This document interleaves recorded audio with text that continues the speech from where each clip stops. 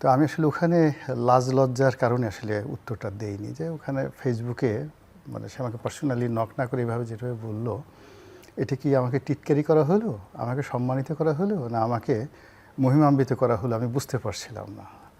যেহেতু আপনি প্রশ্ন করেছেন, দিস ইজ দ্য প্ল্যাটফর্ম, তো আমি একেবারে রিয়েল সেই কথাগুলোই বলছি। তার একটা সোশ্যাল আইডেন্টিটি থাকে, একটা পরিচিতি থাকে। তো সেই দিক থেকে ওই যমুনাতে দাওয়াত পাওয়ার মতো আমার আসলে কোনো পরিস্থিতি নেই। আমার বিএনপির একটা সাধারণ মেম্বারশিপ নেই, মানে একজন মেম্বারশিপ নেই। তবে আমি বিএনপির কোনো কর্মী নই, আমি কোনো পেশাজীবী সংগঠনের সাথে জড়িত নই।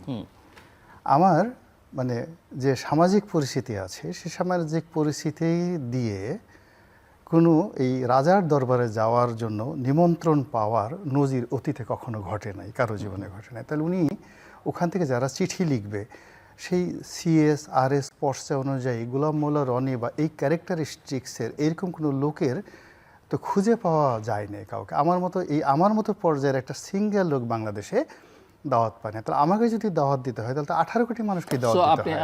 আপনি তাকাবো না। আমাকে যদি বলে এই গদাই, এই গণেশ, এই মামু শুনো, অনেক আছে না, বা কেউ যদি বলে এই চড়াই পাখি, তা আমি তো চড়াই পাখি নই। তা আমাকে তো আমার নামে যে ডাকবে, তখন ওই ভবনে যারা দাওয়াতে গেছেন, যারা যারা কার্ড পেয়েছেন, তাদের সবারই একটা পরিস্থিতি আছে। আমার সেই পরিস্থিতিটা আমরা next never ever in life. ওনার আশেপাশে যে সমস্ত যারা আমির উমরা আছেন, সাহাবা আছেন, মানে সঙ্গী সাথী যারা আছেন, যারা লন্ডন থেকে এসেছেন, এখানে যারা আছেন, এদের কাউকে আমি চিনি না, কারোর সঙ্গে আমার পরিচয় নেই, কারোর সঙ্গে আমার কথা বলা হয়নি, একটা সিঙ্গেল ওয়ান না। প্রেস উইংস বলেন, অন্য জায়গাতে আছেন। দেখুন মানে এরকম আমাকে কে দাওয়াত দিবে?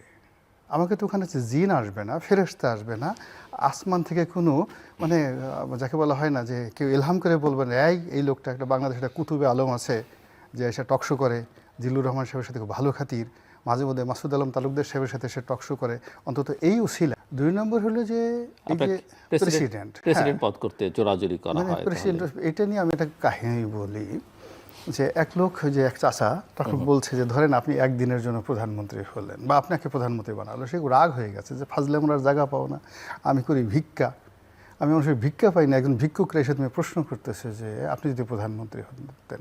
তো বলে যে যদি মনে করেন, রাখেন মিয়া, আপনারা মনে করেন, আপনার প্রশ্নটাই তো ঠিক মতো হয় নাই।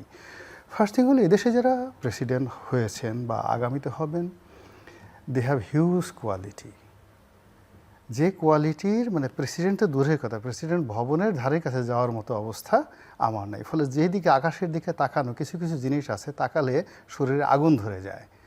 বুঝতে পারছেন ঘটনাটা? তা আমার যে অবস্থান, সেই অবস্থান থেকে আমি হালকা ইউটিউব করি, মাঝে মধ্যে ফেসবুকে 2 সেন্ট স্ট্যাটাস দিই।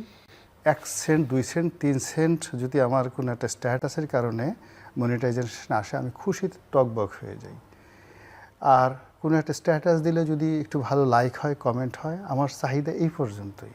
আমার ছোট একটা ব্যবসা আছে, এই পর্যন্ত থাকে। আমার এখানে কিসের রাজা, কিসের মধ্যে আমি মানে আমার মতো লোক যারা আছে তাদেরকে একটু গণভবনে যদি মাঝে মধ্যে দাওয়াত করা হয়, এবং তারা যদি গণভবন তো এখন আর নেই, মানে যমুনাতে দাওয়াত করা হয়, এবং তারা যদি প্রধানমন্ত্রীর সামনে যায়, একটু কোলাকুলি করে, দেখা সাক্ষাৎ করে, এতেই মোটামুটি সরকারের যে জনপ্রিয়তা যতটুকু আছে এটা শেষ হয়ে যাবে, আর কিছু করার দরকার নেই।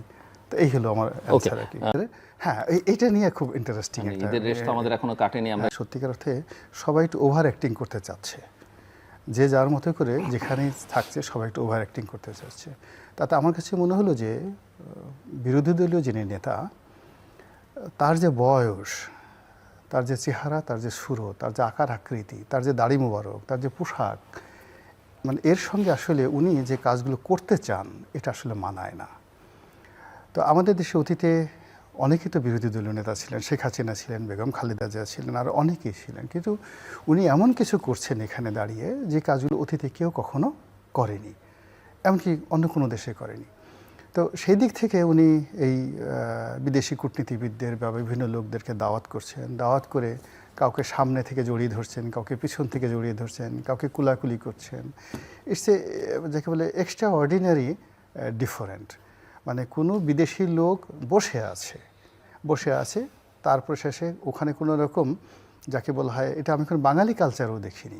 আমরা সাধারণত গ্রাম বাংলায় যেটা দেখি, বিআই বা শ্যালক, আপনজন লোক আছে না, তারা বসে আছে, পিছন দিক থেকে আমরা তার চোখ টিপে ধরি বা জড়াই ধরি, বলো তো আমি কে, বা পিছন থেকে এসে জড়িয়ে ধরে। এখন তো শালা দুলাভাইয়ের সাথে যেরকম একটা সম্পর্ক থাকে, মধুর সম্পর্ক, ওই রকম এখন সেই শালা দুলাভাইয়ের যে সম্পর্কটি আমাদের আবহমান বাংলা, সবাই আমরা এই কাজগুলো করি। আমার মনে হয় আমরা তিনজনই কম বেশি এই সেম কাজটা আপনজনের কাছে জীবনে একবার হলেও করছি ছোটোকালে। কিন্তু একজন মানে বিরোধী দলীয় নেতা রাষ্ট্রীয় অনুষ্ঠান এবং কোনো একটা রাষ্ট্রদূত, তাও আবার বিদেশি, তিনি বসে আছেন আর পিছন দিক থেকে তাকে সারপ্রাইজ দেওয়ার জন্য এইভাবে জড়িয়ে ধরবো, জড়িয়ে ধরে আবার যেন তেন জড়িয়ে ধরা না, জোরে জোরে জড়িয়ে ধরেছে, জড়িয়ে ধরে তার পিঠের সাথে যেভাবে তিনি তার মুখ ঘষাঘষি করেছেন, এটা নিয়ে সামাজিক মাধ্যমে যে ট্রল হচ্ছে, সে ট্রলটা যারা রাজনীতি করেন সবারই কিন্তু ইজ্জতে লেগেছে। এবং এর কারণ দেখেন, জামাতও কিন্তু অত্যন্ত একটা সেনসিটিভ দল। তারা বলছে যে আমরা তো এটা কাজটা করতে চেয়েছি আন্তরিকতা দেখানোর জন্য, যদি এর মাধ্যমে কোনো ভুল হয়ে থাকে, ভ্রান্তি হয়ে থাকে, আমরা ক্ষমা প্রার্থী এবং আমরা সতর্ক থাকব ভবিষ্যতে এই ধরনের ঘটনা যেন না ঘটে। আমি মনে করি যে জামাতে এই বিবৃতিটা অত্যন্ত স্মার্ট এবং সময়োপযোগী, এবং উই শুড স্যালুট। যে ভুল ভ্রান্তি সবারই হতে পারে, এখন সেই ভুল ভ্রান্তির উপর বসে থাকলে তো হবে না। জামাত সেটা স্বীকার করেছে, সবার কাছে বলেছে, আমরা সেটা ধরে নিলাম, যাইছে ঠিক আছে, যাকে জড়িয়ে ধরেছে সে যদি আপত্তি না করে তাহলে আমাদের এত আপত্তি দরকার কি? তার শরীরে সহ্য হয়েছে, আমাদেরকে চোখে সহ্য হবে না? আর ওই অনুষ্ঠানটিকে আনন্দমুখর করার জন্য, সেলিব্রেট করার জন্য আমরা এই কাজটা করেছি। তারপরে যদি দৃষ্টিকটু কিছু হয়ে থাকে, কারো খারাপ লেগে থাকে, আমরা আগামীতে সতর্ক থাকবো যেন এই ধরনের ঘটনা না ঘটে। আমি দ্যাটস